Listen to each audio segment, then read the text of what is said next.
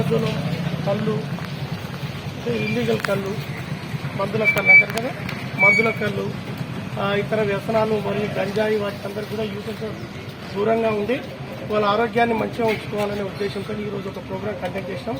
అదేవిధంగా ముఖ్యంగా ఈరోజు కూడా అందరూ కూడా మన జీవనశైలిలో మన ఆహార అలవాట్లను మార్చుకొని అందరూ కూడా పొద్దున్నే రాగి మాల్ట్ ఇతర మంచి ఆహారాన్ని తీసుకుంటూ ఆరోగ్యాన్ని పెంపొందించుకోవాలి.